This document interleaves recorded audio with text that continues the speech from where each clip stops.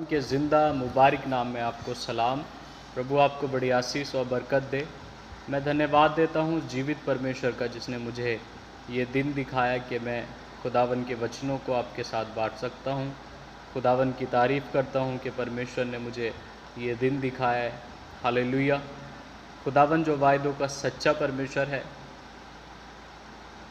वो हमारे साथ हमेशा है। हालेलुया। वो हमारे साथ हमेशा बना हुआ है।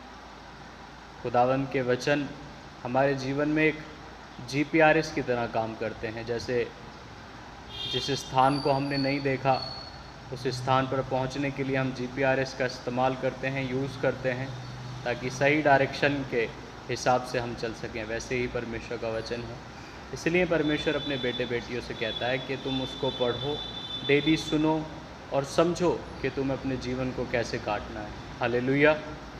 खुदावन के कलाम में हम यदि नाज़िरों के विषय में पढ़ें, गिनती 6 अध्याय में, तो परमेश्वर ने नाज़िरों के लिए एक व्यवस्था ठहराई है कि यदि तुम में से कोई नाज़िर होना चाहे या खुदा का दास होना चाहे, नाज़िर का मतलब जो खुदा की खिदमत के लिए चुना हुआ हो, जो खुदावन के कामों के लिए चुना हुआ हो, जो खुदा के बड़े जलाल के लिए चुना हो, परमेश्वर उसके विषय में मूसा को एक व्यवस्था देते हैं कि यदि तुम में से कोई नाज़िर होना चाहे या जो खुदा का दास चुना हुआ हो, उसके लिए व्यवस्था ठहराई परमेश्वर ने कि उसके सिर पर एक चिन्ह होगा, अर्थात उसके बाल बड़े रहेंगे और वो लोथ से दूर रहे, यानी कि मृतक बॉडी से वो दूर रहे। यदि वो उसको धोखे से भी छू लेता है, उससे टच हो जाता है, तो वो अशुद्ध हो जाएगा। और उसके जो न्यारे रहने के दिन थे, यानी कि जितने टाइम उसने चिन्ह को अपने सर पर रखा और खुदा की व्यवस्था के हिसाब से चला, यदि धोखे से भी उसके शरीर को वो अशुद्ध वस्तु लोथ छू जाए तो उसको अशुद्ध होना पड़ेगा। और उसके जो न्यारे रहने के दिन थे, वो सब स्मरण नहीं किए जाएंगे। मेरे अजीज़ों, खुदा का वचन बदलता नहीं है। खुदा का कलाम सच्चा कलाम है, वो हमेशा एक सा है। आप में से बहुत सारे लोगों के लिए खुदावन ने एक योजना बना कर के रखी है। तुम में से बहुत सारे लोगों को अपना नाज़िर बना कर के बुलाया है। आपके परिवार में से आपके बेटे बेटियों को, आपको खुदा ने अपना नाज़िर होने के लिए बुलाया है ताकि आप उसकी खिदमत कर सकें। लेकिन साथ साथ एक चिन्ह आपके अंदर परमेश्वर ने ठहराया होगा।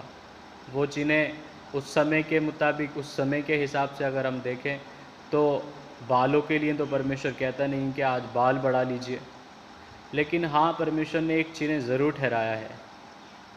वो उसको हम एक टैलेंट कह सकते हैं, उसको तोड़ा कह सकते हैं, एक खूबी कह सकते हैं कि आपको प्रीचर करके परमेश्वर ने बुलाया हो, एक पासवान करके बुलाया हो अपनी खिदमत के लिए, या फिर एक वर्शिपर करके बुलाया हो, या फिर आप कह सकते हैं आपको खुदा ने हीलिंग का वरदान दिया है, या कलीसिया में आप सफाई करना अच्छे से जानते हैं। बहुत सारी खिदमतें हैं परमेश्वर के लिए जो परमेश्वर ने अपने लोगों को दी हैं। यदि आप किसी भी चीज़ में अपने आप को चाहते हैं कि मैं इस काम को, जो मुझे परमेश्वर ने ये तोड़ा, ये ज्ञान दिया है, मैं ये काम बाखूबी कर सकता हूँ, अच्छे से कर सकता हूँ खुदा की मदद से, तो वो चिन्ह हैं आपके अंदर। वो परमेश्वर ने आपके ऊपर एक चिन्ह करके ठहराया है। आप अच्छा प्रीच करते हैं, अच्छी बात है। आप सालों से खुदा की आराधना करते आ रहे हैं, बहुत अच्छी बात है। आप बजाते अच्छा हैं, ये बड़ी मुबारक बात है। लेकिन खुदा का कलाम कुछ इस तरीके से समझाता है कि परमेश्वर ने जैसे उस नाज़िर के लिए व्यवस्था ठहराई थी, कोई अशुद्ध वस्तु उसको छुएगी तो उसका चिन्ह अशुद्ध हो जाएगा, उसके न्यारे रहने के, उसकी खिदमत के दिन याद नहीं किए जाएंगे। आज भी परमेश्वर का वचन अपने बेटे बेटियों से यही बातचीत करने की कोशिश कर रहा है कि मैं एक लंबे समय से परमेश्वर के लिए गाता हुआ आ रहा हूँ, परमेश्वर की इबादत करता हुआ आ रहा हूँ, परमेश्वर के कलाम को फैलाता हुआ आ रहा हूँ, परमेश्वर की तारीफ़ करता हुआ आ रहा हूँ, परमेश्वर के वचन को बांटता हुआ आ रहा हूँ। लेकिन सवाल यह है, क्या मैंने अपने चिन्ह को बना कर के रखा है? परमेश्वर ने एक छोटी सी कमी से भी, परमेश्वर ने कहा कि यदि एक छोटी सी कमी भी तुम्हारे अंदर पाई गई, अगर तुमने छोटा सा भी पाप कर लिया, तो तुम्हारा जो चिन्ह है वो अशुद्ध हो जाएगा। अर्थात इसका मतलब यह है कि आप गाते अच्छा हैं, आप गाएंगे, लेकिन आपकी आवाज़ में वो मसा नहीं होगा। जैसे आप पहले गाते थे तो लोग चंगे होते थे, लोग हील होते थे। आप जब प्रार्थना करते थे लोग रिहा होते थे, लोग छुटकारा पाते थे। जब आप प्रीच करते थे तो लोगों के बंधन टूटते थे, लोग आज़ाद होते थे। लेकिन अगर आपने कोई गुनाह कर लिया होगा, कोई भी गुनाह आपसे धोखे से हो गया होगा, तो वो आपकी कलीसिया में, आपके परिवार में कारगर नहीं होगा। फिर आप गाते रहेंगे, कोई अनॉइंटिंग, कोई मसा नहीं होगा, कोई जलाल नहीं होगा। तो अपने चिन्ह को जो परमेश्वर ने आपके ऊपर ठहराया है, गाने का, बजाने का, वर्शिप का, प्रीचिंग का, उसको बना कर के रखें। क्योंकि अगर वो एक बार अशुद्ध हुआ तो फिर आपकी खिदमतें जो आप लंबे समय से करते आ रहे हैं वो याद नहीं की जाएगी।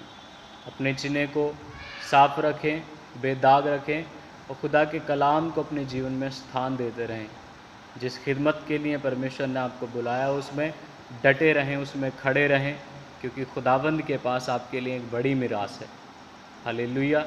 अपने चिन्ह को बना कर के रखें, पवित्र बना कर के रखें, कोई भी दाग अपनी सेवकाई में ना आने दें। नहीं तो परमेश्वर का वचन कहता है कि आपकी एक लंबे समय से जो आप खिदमत करते हुए आ रहे हैं वो स्मरण नहीं की जाएगी, वो याद नहीं की जाएगी।